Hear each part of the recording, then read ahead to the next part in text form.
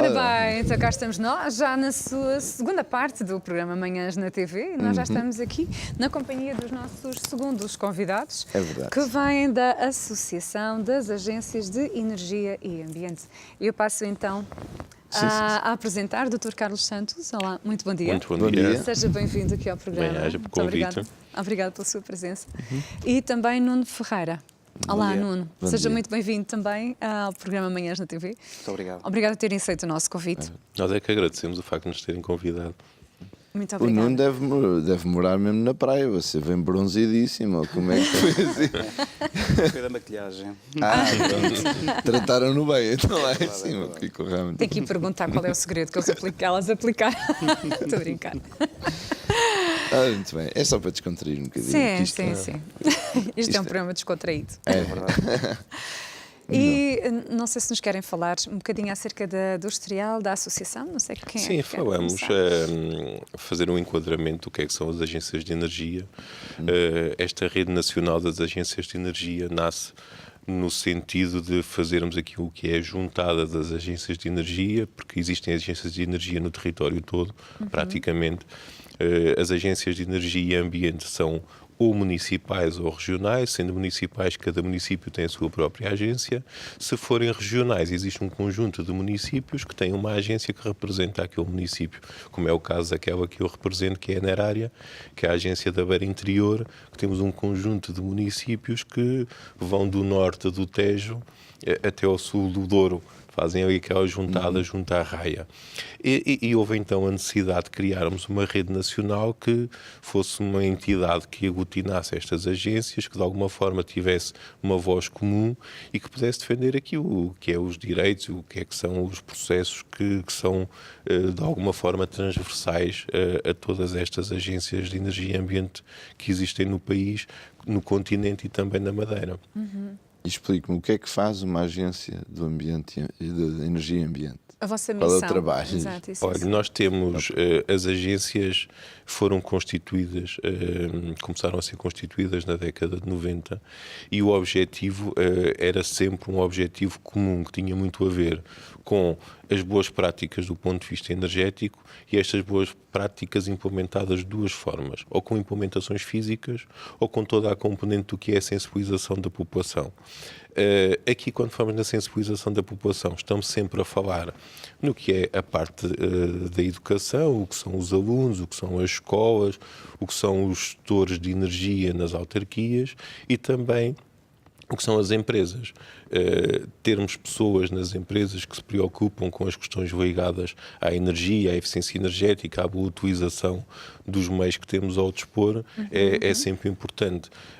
Nestas agências de energia que existem no território, que são 22, nós temos aproximadamente 110 colegas a trabalhar e depois temos aproximadamente mais 1000 embaixadores que estão nas IPSS, que estão nas escolas e que estão nos municípios. São pessoas já formadas por nós, e quando digo nós, não é só a RENAI, é a RENAI, a ADENA, a Direção-Geral de Energia e Geologia, que de alguma forma têm pessoas que no território e nas entidades já se preocupam com estas matérias do que é a eficiência energética.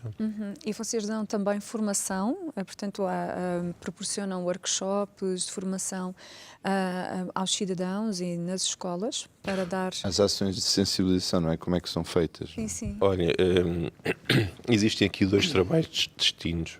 É o trabalho que cada uma das agências faz por si, no seu território, e depois é o trabalho que a RENAI consegue fazer de uma forma transversal para todos, com o mesmo modelo. E a ideia é que cada um tem a sua atuação no território da forma que entende melhor e também em função do que são as características do território. Uma agência de energia como é a AD Porto, que tem uma intervenção no território, visto que é um território maioritariamente urbano, com uma densidade urbanística com maior pressão, que é diferente do nosso... Saúde. Que é diferente do nosso, em que os municípios são mais rurais, são mais dispersos. Claro. Isto é impossível travar uma coisa dessas. Ninguém consegue, portanto. Pura. Energia normal. Ali a produtora está a dizer perguntar se queres pôr uma música para tu pôr-te como deve de ser. Mas se calhar não. calhar não vai ser necessário. Mas realmente são realidades completamente diferentes quando falamos das grandes metrópoles e quando estamos a falar de zonas mais rurais e até muitas delas com muita desertificação, não é? Sim, são zonas diferentes, são zonas que nós até dentro do que é a metrópole também temos zonas com mais dispersão do ponto de vista do que é a densidade populacional. Claro. Mas estas intervenções nas escolas e nas entidades, o que a RNAI faz também é criar projetos comuns que sejam transversais ao país todo. E o que aqui desenhamos são projetos em que o modo de os pôr em prática é igual. Sabemos que as pessoas estão formadas todas segundo o mesmo manual, são manuais que são certificados por todas estas entidades que estão depois na componente de formação, e cada uma das agências faz a formação no seu território. Aquele território que ainda não tem agências de energia, e nós estamos a falar num território que é muito ali aquela zona do distrito de Aveiro e do distrito de Viseu, e um pouco mais a norte, serão as agências das proximidades que darão o apoio para a implementação dos projetos. Quando necessário, não é? Sim. No fundo, portanto, esta rede nacional foi feita para que haja uma harmonia de trabalho entre as agências existentes, essas 22, porque para não ser cada uma a fazer coisas à sua maneira e para que haja uma ligação, uma linha, não é? A nível nacional, é isso? A ideia foi um pouco essa. A ideia foi, cada uma das agências tem um território específico. Se forem municipais, é o tal município, como falávamos há pedaço. Se forem regionais, é a região que tem como associado. Estas agências, na sua gênese, têm quase todas elas os municípios ou as associações de municípios como associados, e depois têm também as operadoras de energia, telecomunicações, as universidades, institutos politécnicos e algumas empresas representativas da área de energia ou do ambiente de cada uma das regiões. E a ideia foi, por que não termos uma entidade nacional que de alguma forma a uma só voz possa fazer a relação com as entidades, com a ADN, com a Direção-Geral de Energia, com os ministérios, por forma a que exista aqui um trabalho que seja comum, um trabalho que possa ser replicado e que seja mais fácil também esta interação com estas entidades. Nós, no início da Constituição, no ano 2010, um dos principais trabalhos que tivemos foi a constituição de um documento de referência para a eficiência energética na iluminação pública, em que a RNAI coordenou um processo que foi a Secretaria de Estado da Energia e Ambiente e Inovação, os ministérios, a ADN, o CPI, que é o Centro Português de Iluminação, a Ordem dos Engenheiros, todos colaboraram neste processo, juntamente com a Associação Nacional de Municípios, para que desenhássemos aqui um plano diretor municipal para a iluminação pública que fosse transversal a todo o país. E o Carlos é o presidente de direção, certo? Certo. O Nuno Ferreira é diretor técnico. Não é? Exatamente. E Nuno, qual é o seu trabalho então aqui nesta rede nacional? O meu trabalho, conforme o Carlos acabou por dizer, acaba por ser também conciliar interesses e harmonizar todos os projetos que nós nos candidatamos a nível nacional para serem implementados no território. Depois temos o apoio técnico e na área da implementação por parte dos colegas das 22 agências de energia e ambiente. Que também queria fazer só aqui uma à parte. Existem 22 agências de energia e ambiente em Portugal.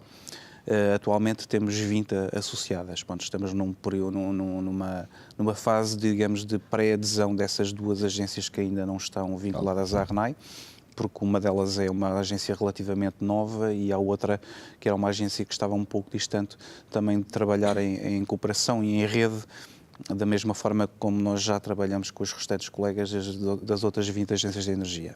E o nosso papel, neste caso da RNAI, e o meu papel enquanto diretor técnico, é conciliar os projetos do ponto de vista que eles possam ser implementados a nível nacional pelos nossos colegas de cada uma das agências de energia e tentar essa harmonização através de conteúdos e de programas, ou conteúdos programáticos que sejam idênticos e depois que sejam implementados no território da mesma forma. Que tipo de projetos é que normalmente vos pedem ou são aprovados ou Sim. são apresentados. Exatamente, pronto.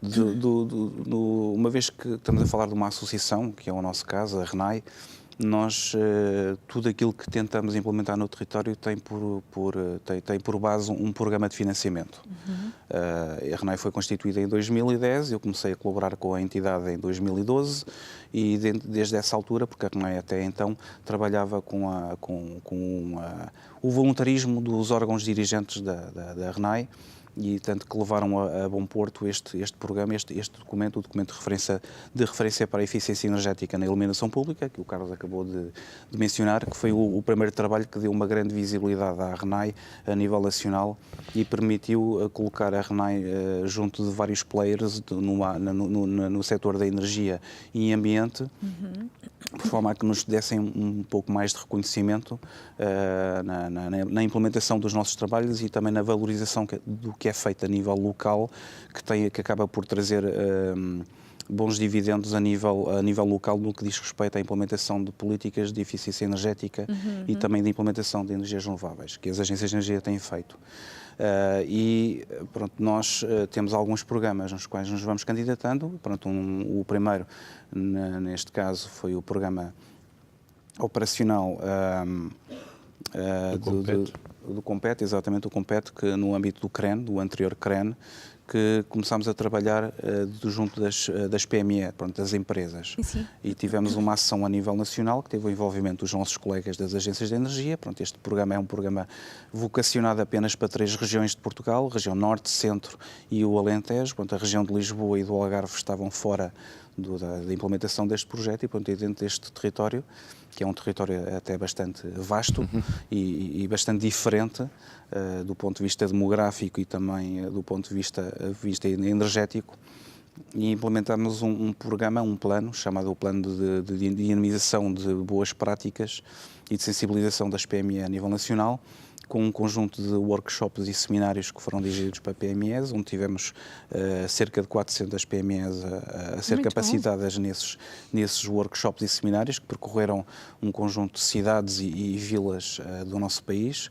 dentro destas 3 regiões, e depois focalizamos também o trabalho em 3 áreas de atuação, 3 áreas de atividade, nos quais acabámos por fazer um conjunto de estudos energéticos ambientais direcionados a PMEs que foram selecionadas, de um grupo de 400 que se candidataram, e acabámos por ter este papel muito importante de capacitar essas empresas do ponto de vista energético e também ambiental, e dar-lhes ferramentas de como pudessem vir a gerir mais eficientemente os seus negócios. Este, digamos, que foi o primeiro projeto que a RNAI conseguiu a nível de financiamento, e depois daí para a frente começámos a trabalhar mais fortemente com o PPEC, o Plano de Promoção da Eficiência no Consumo de Energia Elétrica, que é um programa que é financiado pela ERSE, pela Entidade Reguladora dos Serviços Energéticos. Programa esse que já era utilizado por alguns colegas já das agências de energia, porque a RNAI era uma entidade nova, mas há agências que já foram criadas desde a década de 90, porque as agências de energia surgiram em Portugal não por vontade própria, mas foi por uma política que veio da União Europeia, que despoltou a criação de um conjunto de agências de energia por toda a Europa, por vários países europeus. Posso-vos dizer que atualmente existem cerca de 400 agências de energia a nível europeu. Em Portugal temos 22. E essas agências trabalham em prol da melhoria da competitividade territorial dos territórios, por via da implementação de políticas de energia, na componente de eficiência energética, na componente de energias renováveis e depois também na componente ambiental, no combate e prevenção e mitigação das alterações climáticas. Pegada ecológica. Exatamente, que é um tema que está cada vez mais recorrente.